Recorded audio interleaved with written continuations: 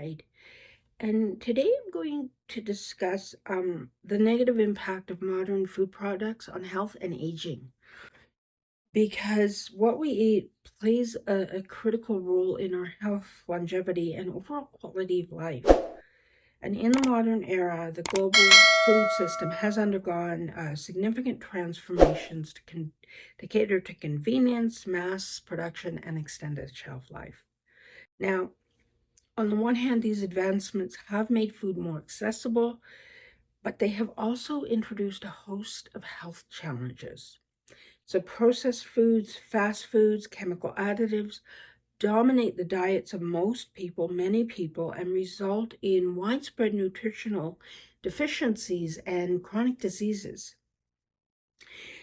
Diseases such as obesity, diabetes, cardiovascular disease, cancer have skyrocketed.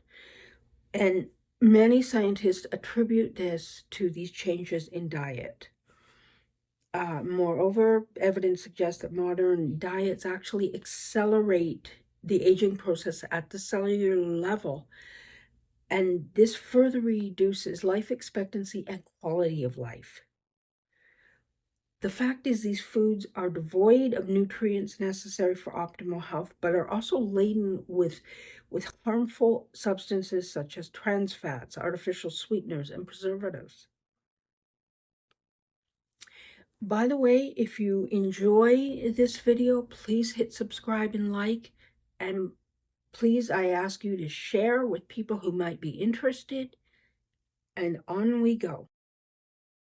So first of all, there has been an increase over the years, over the decades, with processed and fast foods, and they are now like a defining feature of modern diets. This can be traced back to the mid-20th century when industrialization and urbanization dramatically changed the way food was produced, distributed, and consumed. And funny thing here, I remember my mom being just thrilled at TV dinners. They made life so much easier. She was poisoning us without being told she was poisoning us, without realizing she was poisoning us. But that was, in that era, that was wonderful stuff.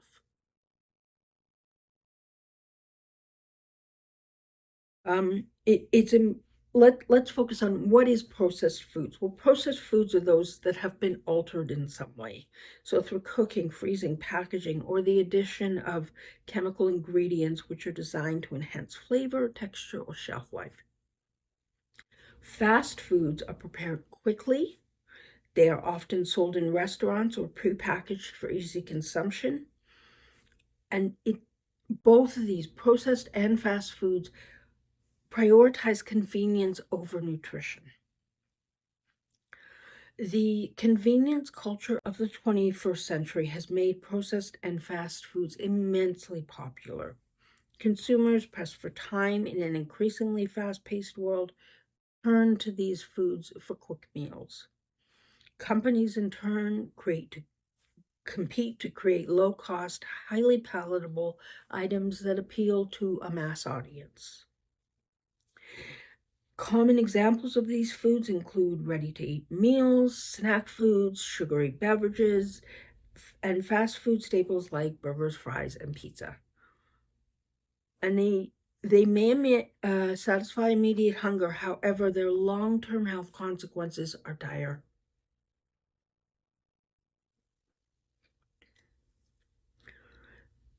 In countries, for example, like the United States, over 60% of the average diet now consists of processed or ultra-processed foods. Fast foods have become a staple in many households, particularly among younger populations. And the fact is, these changes to our diet have significant implications for public health and for personal health. So we know there are nutritional deficiencies in processed and fast foods. For example, they lack everything.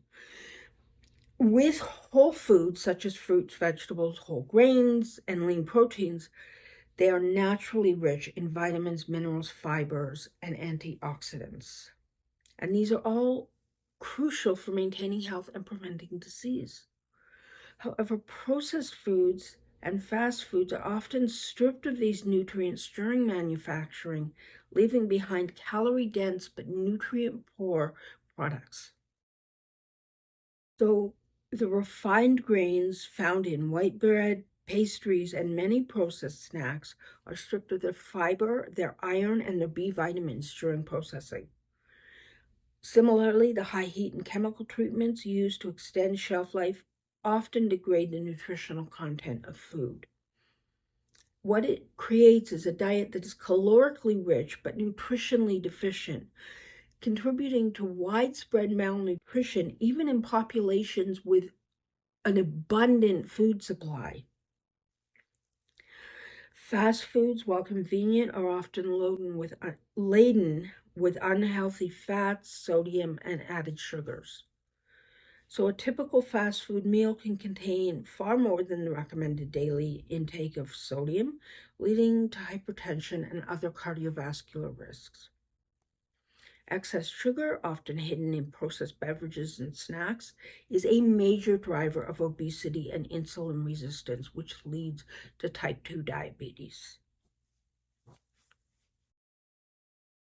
A study published in the British Medical Journal found that higher consumption of ultra-processed foods was associated with increased risks of cancer, heart disease, and all-cause mortality.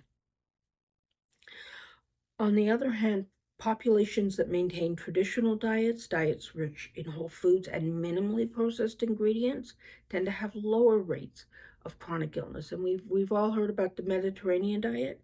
It emphasizes fresh produce, whole grains, and healthy fats, and has repeatedly been linked to better health outcomes and longevity.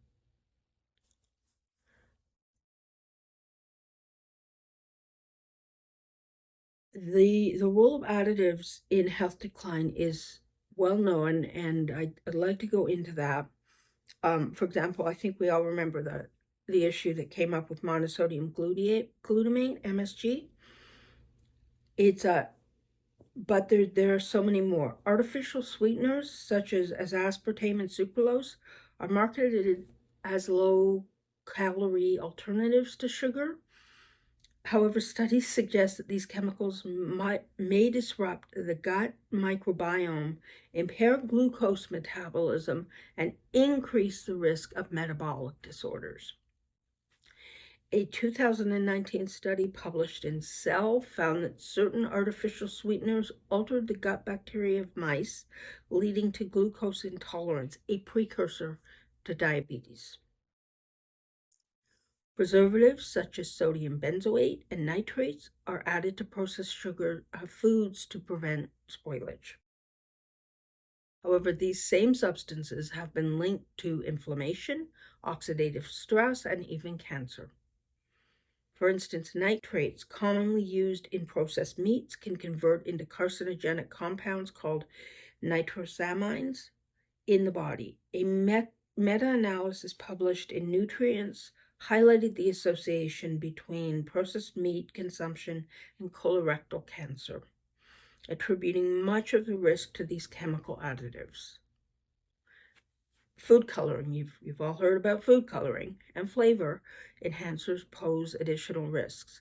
So artificial dyes like red 40 and yellow 5 have been linked to hyperactivity in children and potential carcinogenic effects.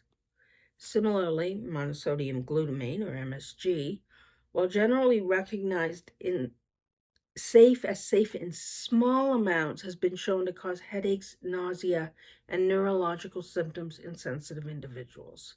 The cumulative effect of these additives on human health is profound, contributing to a range of chronic diseases and systemic inflammation.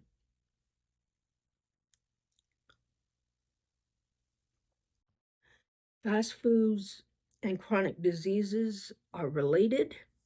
So fast food consumption is a major contributor to the global epidemic of chronic diseases.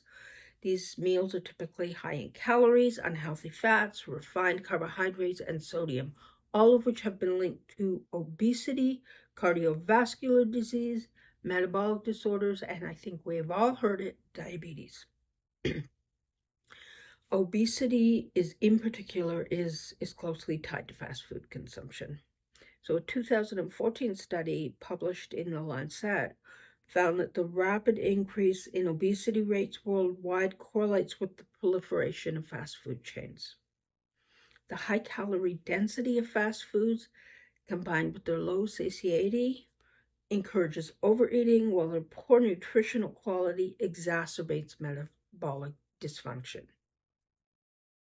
They are also notoriously high for their high level of trans fats and saturated fats, which raise LDL, or what we think of as bad cholesterol, and increase the risk of atherosclerosis.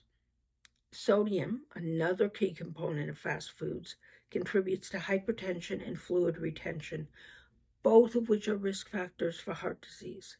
Furthermore, the use of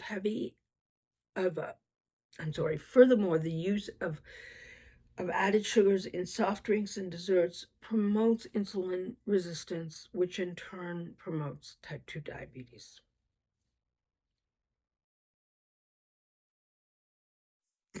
Beyond individual health, the global rise in fast food consumption has created a public health crisis. Countries with rapidly growing fast food markets, such as India and China, are now experiencing a surge in obesity and diabetes rates. This strains healthcare systems and highlights the urgent need for dietary reform and public health interventions. And we're all, I think, familiar with the fact that in places like the United States and Canada, rates of obesity and diabetes and other health disorders, cancer, dementia have risen to unacceptable rates, to rates that are disturbing and unfortunately can be related back to these food products. So what is the role of modern diets in accelerated aging? Well, in addition to causing chronic diseases, these diets also accelerate the aging process. At the cellular level, poor nutrition leads to oxidative stress, inflammation, and the formation of advanced glycation end products, or AGEs, compounds that damage proteins, lipids, and DNA. Oxidative stress occurs when there is an imbalance between free radicals and antioxidants in the body. Processed and fast foods, which are often low in antioxidants, exacerbate this imbalance, leading to cellular damage and premature aging. For example, a diet high in refined sugars has been shown to promote the formation of ages, which contribute to skin wrinkling, joint stiffness, and chronic inflammation. Telomeres, protective caps at the end of chromosomes, provide another marker of aging. Studies have found that diets high in processed foods are associated with shorter telomeres, indicating accelerated cellular aging.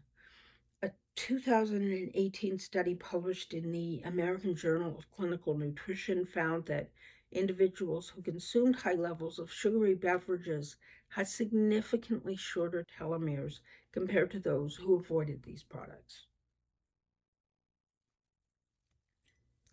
The impact of diet on aging is not limited to the physical body, and this is important. It also affects cognitive health. Diets rich in trans fats and refined carbohydrates have been linked to cognitive decline and an increased risk of neurodegenerative diseases such as Alzheimer's and other forms of dementia. In contrast, whole foods rich in antioxidants and omega-3 fatty acids have been shown to protect against age-related cognitive decline.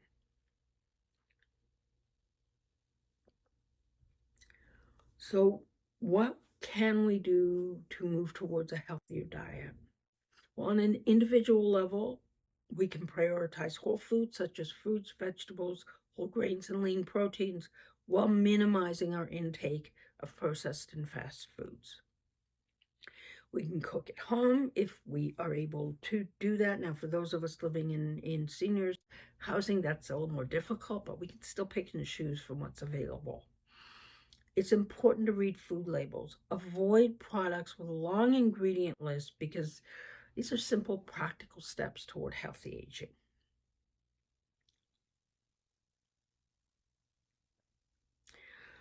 The other issue is systemic. Governments and policymakers have a crucial role to play. There need to be stricter regulations on food additives, clearer labeling requirements, and incentives for the production of healthier foods. These can help shift dietary patterns, which will reduce disease. So, for example, some countries have introduced sugar taxes on soft drinks, which has led to a reduction in consumption, and they have encouraged manufacturers to reformulate their products. Education is critical. Public health campaigns can raise awareness about the dangers of processed and fast foods while promoting the benefits of whole, minimally processed foods. Schools and workplaces can play a role by providing healthier meal options and nutrition education programs. And finally, the food industry itself must be held accountable. They have prioritized profit over public health for too long, and many companies continue to produce foods that harm consumers.